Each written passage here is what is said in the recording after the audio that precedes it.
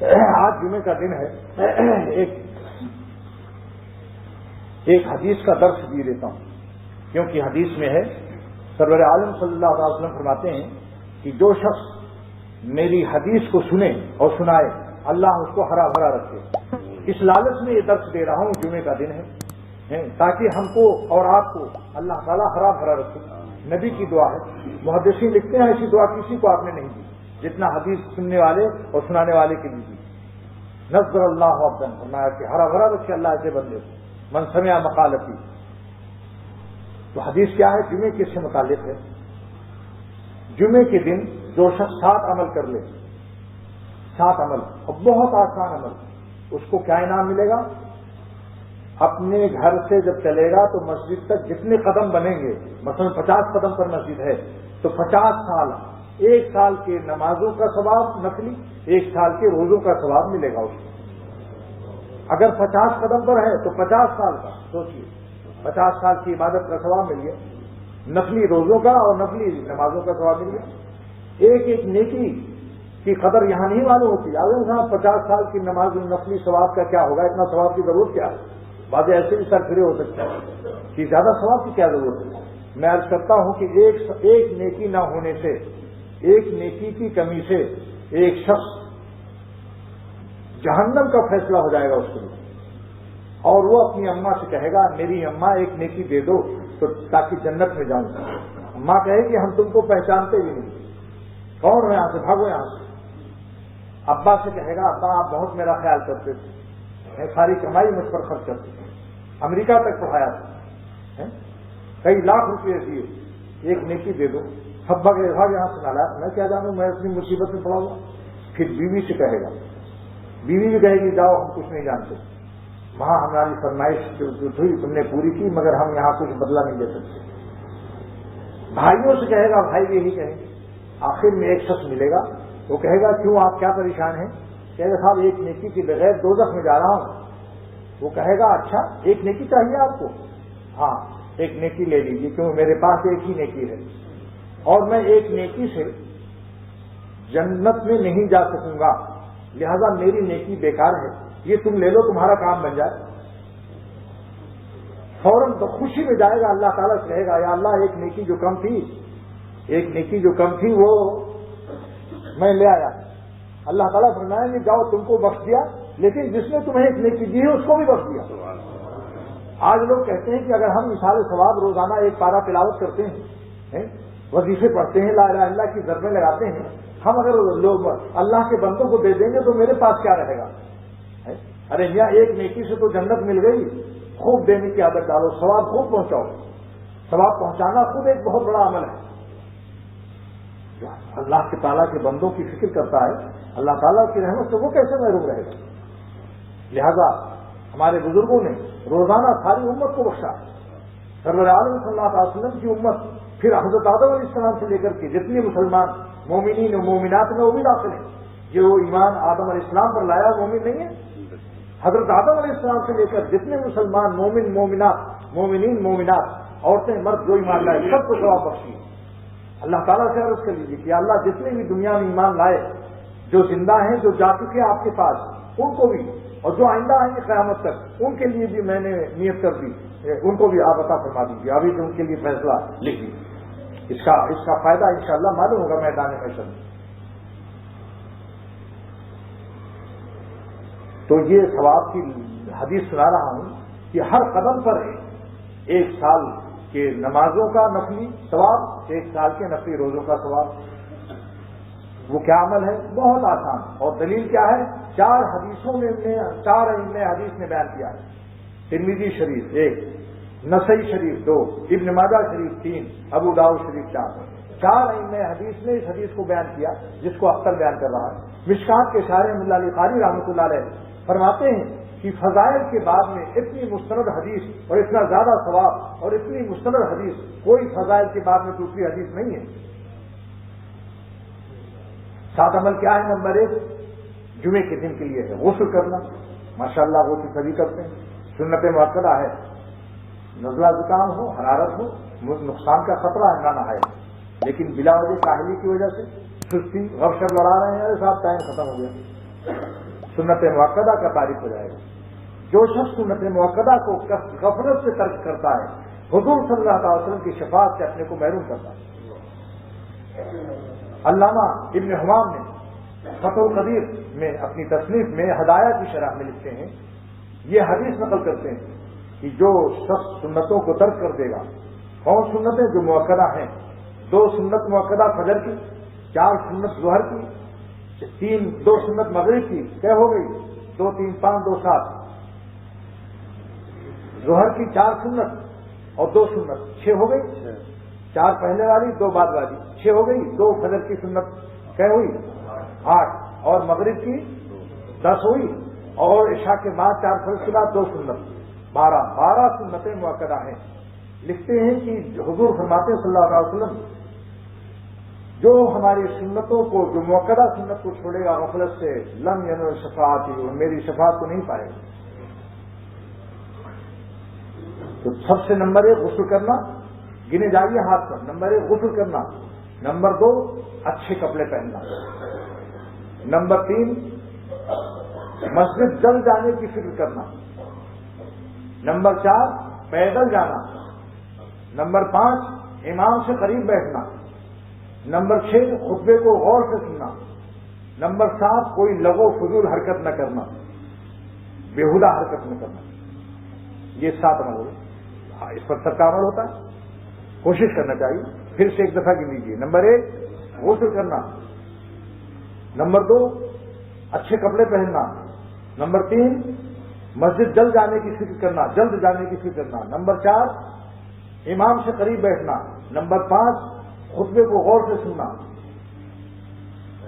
ہاں پیدل جانا نمبر 6 رہ گیا, اور نمبر 7 کیا ہے, لغو کام نہ کرنا. یہ جمعے کی 7 عمل پر اتنا بڑا انعام ہے. اس کے علاوہ کچھ عمل اور بھی ہیں. سورہ کہف کی تلاوت کر لینا, عطر لگا لینا, اور عطر لگانے کے لیے شیخ عبدالحق محدث دہلوی رحمۃ اللہ علیہ لکھتے ہیں شرح مشکات میں کہ دونوں طرف لگائے, ادھر بھی لگائے ادھر بھی لگائے, تاکہ دونوں فرشتے بھی خوش ہو جائیں. یہ بھی اس میں ہے. اور ایک عمل ہمارے بزرگوں کا اور ہے جو حدیثوں سے ثابت ہے کہ سورج ڈوبنے سے پہلے جمعے کے دن 10-15 منٹ پہلے مسجد میں پہنچ جائے, یا جہاں بھی ہو اللہ تعالیٰ سے دعا مانگ لیں, بہت قبول ہوتی. بہت کبھی روایات کہ سورج ڈوبنے سے پہلے جمعے کے دن دعائیں قبول ہوتی ہیں. لہذا ہم نے اپنے بزرگوں کو دیکھا کہ جمعے کے دن سورج ڈوبنے سے 10-15 منٹ پہلے بالکل مخلوق سے کٹ کر اللہ سے جڑ گئے اور اللہ سے مانگنا شروع کر دیا. یہ تو بات ہو گئی. ایک بات اور گزارش کرنی ہے کہ بہت سے لوگ نماز پڑھ کے اپنی نمازیں ضائع کر رہے ہیں. وہ کیسے؟ رکوع کے بعد سیدھے نہیں کھڑے ہوئے.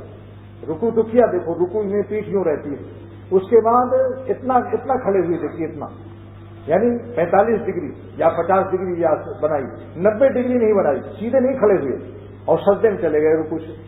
رکوع سے اتنا کھڑے ہوئے اور سجدے میں چلے گئے, سیدھے نہیں کھڑے ہوئے. یا دونوں سجدوں کے درمیان میں کمر سیدھی کر کے نہیں بیٹھے, سجدہ کیا اور ذرا سا اٹھایا اور پھر دوسرا سجدہ کر لیا, اور اپنی کمر دونوں سجدوں کے درمیان میں خوب سیدھے نہیں بیٹھے کہ کمر اطمینان سے ہو جائے. ایسے شخص کی نماز کے بارے میں بخاری شریف کی حدیث ہے.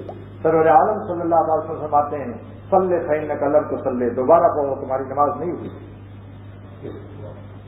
تھوڑا سا وقت بچانے سے کیا ملا بھائی؟ اتنا نہیں کھڑے, رکوع کے بعد سیدھے نہیں کھڑے ہوئے اور دونوں سجدوں کے درمیان میں سیدھے نہیں بیٹھے. پوری نماز میں 1 منٹ بچا لیا, 2 منٹ بچا دیا, نماز ہی غارت ہو گئی. اس بچانے سے کیا فائدہ؟ اس ایسے وقت بچانے سے جس سے نماز ہی ختم ہو جائے, نماز ہی نہیں ہوئی. ایک تو یہ عرض کرنی تھی, ہمیشہ اپنے دوستوں سے داہنے بائیں جو بھی کبھی اس کو مشورہ دے دو ادب سے اکرام کے ساتھ کہ بھائی اس طریقے سے آپ کھڑے ہو جائے کریں, دونوں سجدوں کے درمیان میں سیدھے بیٹھ جائیں, رکوع کے بعد سیدھے کھڑے ہو جائیں. اس کا خیال رکھنا چاہیے. ایک مسئلہ اور بہت ضروری ہے جس میں آج کل بہت غلطیاں ہوتی ہیں. اللہ اکبر کہنے کے بعد دنیا بھر کی خارش شروع ہو جاتی ہے. ابھی تو خارش نہیں ہو رہی تھی, سیدھے سیدھے انسان تھے, نہ کان مل رہے تھے, نہ سر میں کھجلاہٹ تھی, نہ مونچھوں میں کوئی بل آ رہا تھا, لیکن اللہ اکبر کہتے ہی مونچھوں میں بھی تاؤ دینے لگے، کان بھی ملنے لگے ہیں اور چشمہ بھی ٹھیک کرنے لگے ہیں، اور یہاں بھی خارش ہو گئی، ادھر بھی خارش ہو گئی، یہ کہاں سے خارش آ گئی؟ دیکھ لو بھائی، اصل فتاوا میں فتوا موجود ہے کہ بغیر ضرورت کے جو شخص یوں ہی ملتا ہے اس کی نماز ایک دفعہ سے، اگر ایک دفعہ ایسی حرکت کر لی بلا ضرورت، کان وال مل دیا، تو پھر نماز اس کی واجب الادا ہو جائے گی، اور اگر 3 دفعے کر لیا ایسی حرکت 3 دفعہ ایک رکن میں، تو نماز ہی ختم ہو جائے گی۔ جو کچھ خجلانا وجلانا ہے پہلے ہی کر لو، کان وان ملنا ہے ویسے ہی کر لو۔ یہ بہت ہی آج کل عام مرض، جس کو دیکھو اچھا بازے ادھر دیکھ رہے ہیں، کوئی ادھر دیکھ رہا ہے، نماز نیت باندھے ہوئے ہیں، ادھر بھی دیکھ رہے ہیں ادھر بھی دیکھ رہے ہیں، یہاں بھی کر رہے ہیں، کیا ہے یہ بالحاظر نہیں ہے۔ حضور صلی اللہ علیہ وسلم کے زمانے میں ایک شخص نے ایسی نماز پڑھی اور اس نے ادھر دیکھا ادھر دیکھا، بعد داڑھی کو کھجلایا، کپڑوں کو ادھر ادھر کیا، آپ نے فرمایا کہ اس شخص کے قلب میں اگر اللہ تعالیٰ کی بڑائی اور اللہ کے ساتھ حضوری اور خشوع ہوتا تو یہ حرکت نہ کرتا۔ معلوم ہے اس کا دل غافل ہے خدا سے، اللہ کے سامنے کھڑا ہے۔ شاہجہاں نے اپنے ایک وزیر نے شاہجہاں کے سامنے اپنا بٹن ٹھیک کر دیا، یعنی بٹن لگا دیا۔ شاہجہاں نے کہا آئندہ اگر کچھ بٹن وٹن لگانا ہو پہلے لگا کے آؤ، جب تک میرے سامنے رہو نظر تمہاری میری طرف رہے، اگر تم نے آئندہ بٹن وٹن لگایا وزارت سے معطل کر دوں گا۔ مجدد الفسانی رحمۃ اللہ علیہ مکتوبات امام ربانی میں لکھتے ہیں کہ بادشاہوں کا تو یہ ادب ہے اللہ تعالیٰ کے سامنے کھڑے ہو کر کہاں کان وان مل رہے ہیں، جو کچھ کرنا ہے پہلے کر لو۔ البتہ اگر مچھر کاٹ رہا ہے تو شریعت اجازت دیتی ہے، مچھر کاٹ رہا ہے تو مچھر کو اڑا دو، تکلیف اگر ہو رہی ہے، ورنہ کوشش تو ہی کرو کہ ہمت سے کام لو، لیکن تشویش اگر ہے تو تشویش صفا کرو۔ یہ ایک مسئلہ یہ بھی بتانا تھا، اس میں عام اطلاع ہے۔ دوسرے یہ کہ نماز میں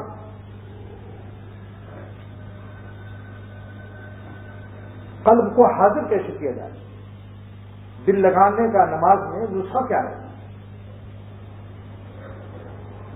جس وقت نیت آپ باندھیں پہلے سوچ لیں کہ اب یہ میری آخری نماز ہے، ہو سکتا ہے کہ دوسری نماز ملے یا نہیں ملے۔ یہ حدیث کا دعا ہے، یہ حدیث میں 9 سیکنڈ کا جو واز ہے حضور صلی اللہ علیہ وسلم کا، 9 سیکنڈ کا واز، اس کے اندر ہے یہ نسخہ، اذا قمت فی صلاتک فصل صلاۃ مودع ولا تکلم بکلام تعذر منه غدا واجمع آیات مما فی ایدی الناس، 9 سیکنڈ کا واز۔ جب نماز پڑھو تو اپنی آخری، حضور فرماتے ہیں صلی اللہ علیہ وسلم نماز پڑھو تو اس کو آخری نماز سمجھو،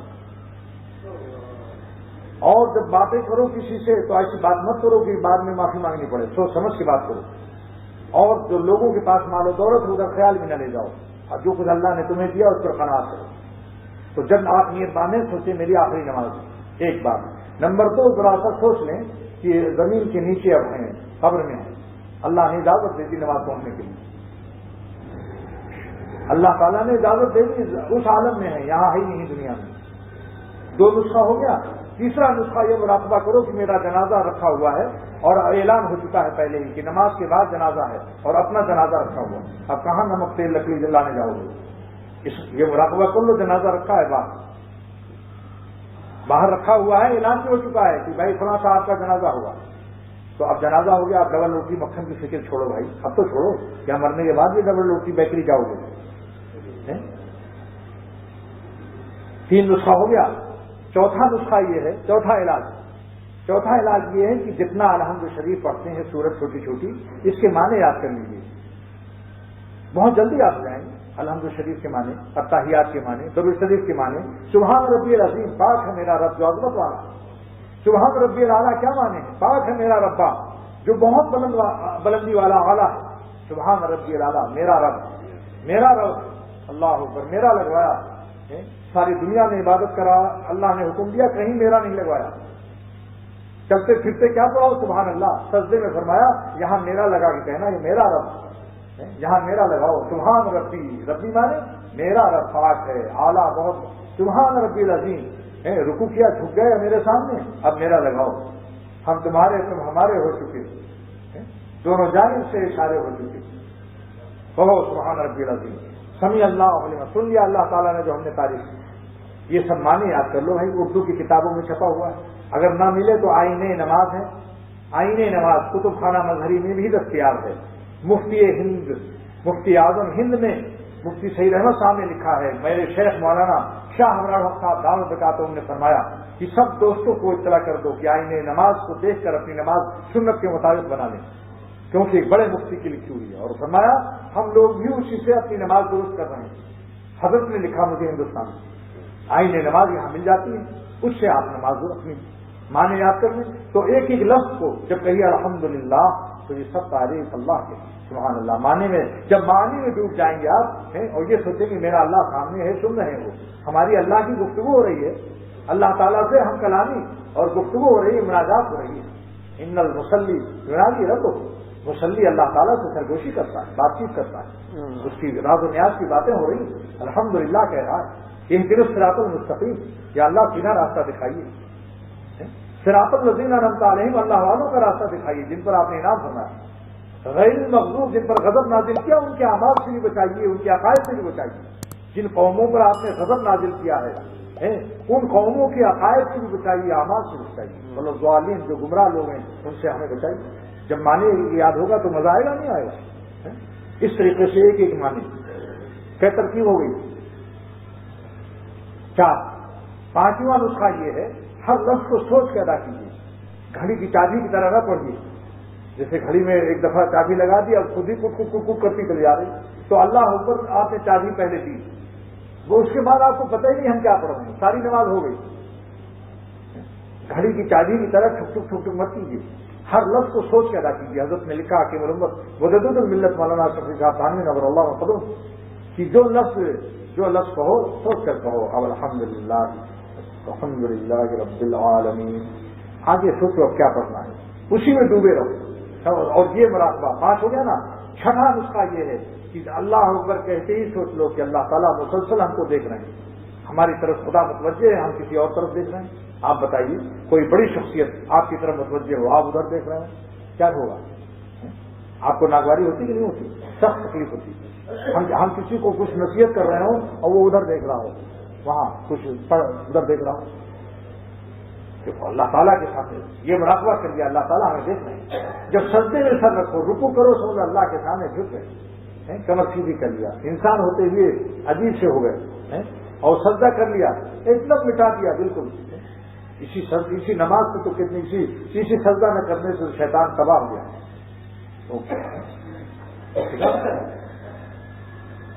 تو میرے دوستو سجدے میں سمجھو اللہ تعالیٰ کے چوکھٹ پر سر رکھ دیا، اللہ تعالیٰ کی چوکھٹ پر سر رکھ دیا۔ ایک صاحب نے اعتراض کیا کہ کعبے کی طرف سر رکھتے ہو، تو ہم لوگ بھی جو بتوں کو سجدہ کرتے ہیں تم بھی پتھر کو سجدہ کرتے ہو، کعبہ بھی تو پتھر کا ہے۔ ایک ہندو نے مسلمان سے کہا تو ہم نے تم میں کیا فرق ہے؟ تو مسلمان نے کیا جواب دیا؟ تم اس دیوتا کو، اس پتھر کو اپنا خدا سمجھتے ہو، ہم خدا کا گھر سمجھتے ہیں، خانے خدا سمجھتے ہیں، خدا نہیں سمجھتے۔ سر رکھا ہے ہم نے در جانانہ سمجھ کر، سر رکھا ہے ہم نے در جانانہ سمجھ کر، کافر ہے جو سجدہ کرے بت خانہ سمجھ کر۔ سر رکھا ہے ہم نے در جانانہ سمجھ کر، کافر ہے جو سجدہ کرے بت خانہ سمجھ کر۔ ہم بت خانہ نہیں سمجھتے کعبے کو، ہم اللہ تعالیٰ کو سمجھتے ہیں، کعبے کی طرف رخ کرتے ہیں، بس ان کا گھر کی طرف ان کا حکم ہے۔ لیکن اللہ ہمارا رب البیت کو ہم کرتے ہیں سجدہ، بیت الرب کو نہیں کرتے، بیت اللہ کو نہیں کرتے، رب البیت کو کرتے ہیں جو اس گھر کا رب ہے۔ تو یہ سب نسخے اتنے بتا دیے، یہ 6-7 نمبر ہو گئے۔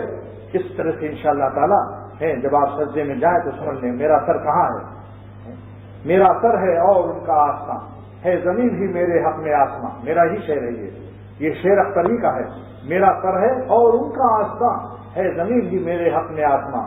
حضرت صاحب رحمۃ اللہ علیہ نے سجدے کو فرمایا کہ بیاں ادنا تھا فیض بیعت پیر مغا کر دوں، بیاں ادنا تھا فیض بیعت پیر مغا کر دوں، اگر سجدے میں سر رکھ دوں تو اگر سجدے میں سر رکھ دوں زمین کو آسماں کر دوں، اگر سجدے میں سر رکھ دوں زمین کو آسماں کر دوں، میں اپنے رنگ میں زاہد اگر ذکر خدا کر دوں۔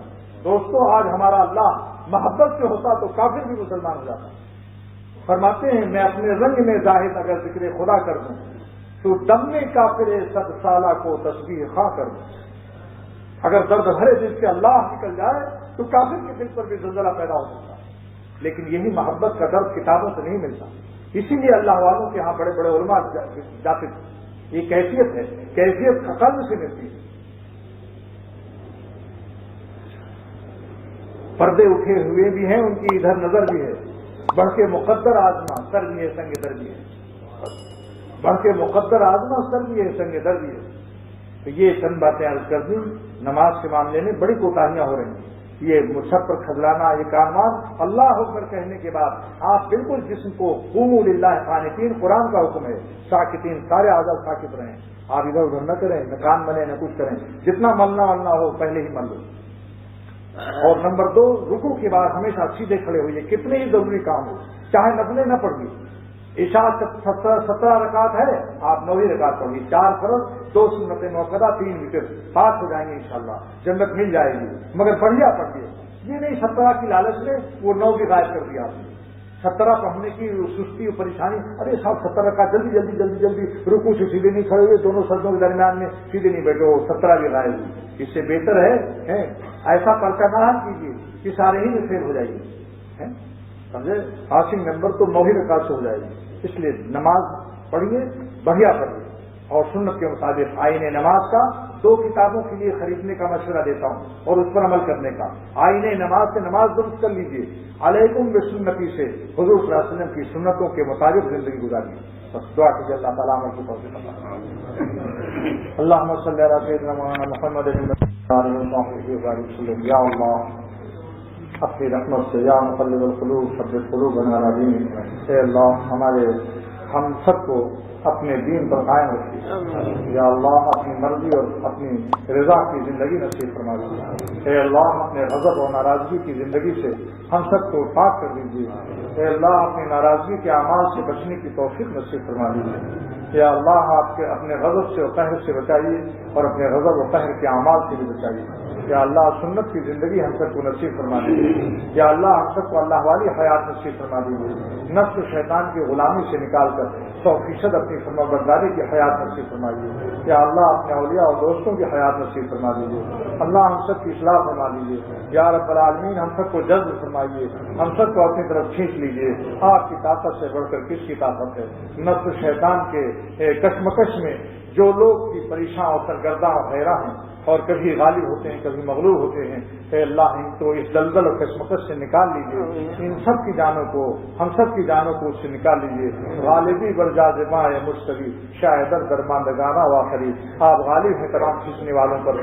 جتنی چیزیں، جتنے باطل ہم کو کھینچ رہے ہیں اپنی طرف، اے خدا آپ غالب ہیں سب پر. اپنی طرف کھینچ کر ہماری جانوں کو ان سے چھڑا لیجیے.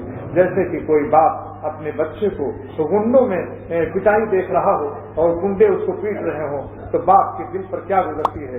فوراً دوڑ کر ان کو مار بھگاتا ہے. خود نہیں مار بھگاتا تو دوسروں کی طاقت امداد اور تھانے اور پولیس سے تعمینداد حاصل کرتا ہے. آپ تو طاقت والے ربا ہیں، آپ کو تو کسی کی امداد کی ضرورت نہیں. فرما دیجیے ہم سب کو اللہ والا بننا آسان فرما دیجیے، اپنے راستے کو آسان فرما دیجیے. کہ اللہ اپنی رحمت سے اگر ہم نہیں بھی بننا چاہتے، آپ کے نفس و شیطان کی شر اور ان کے کھینچنے میں ہم پھنسے ہوئے ہیں، تو آپ اپنی رحمت سے اپنے جذب سے ہم کو اپنا بنا لیجیے. نہیں ہوں کسی کا تو کیوں ہوں کسی کا، انہی کا ہوا جا رہا ہوں. اللہ اس شعر پر کے مطابق ہم سب کو 100% اپنا بنا لیجیے. وآخر دعوانا الحمدللہ رب العالمین، صلی اللہ تعالیٰ علیہ وسلم.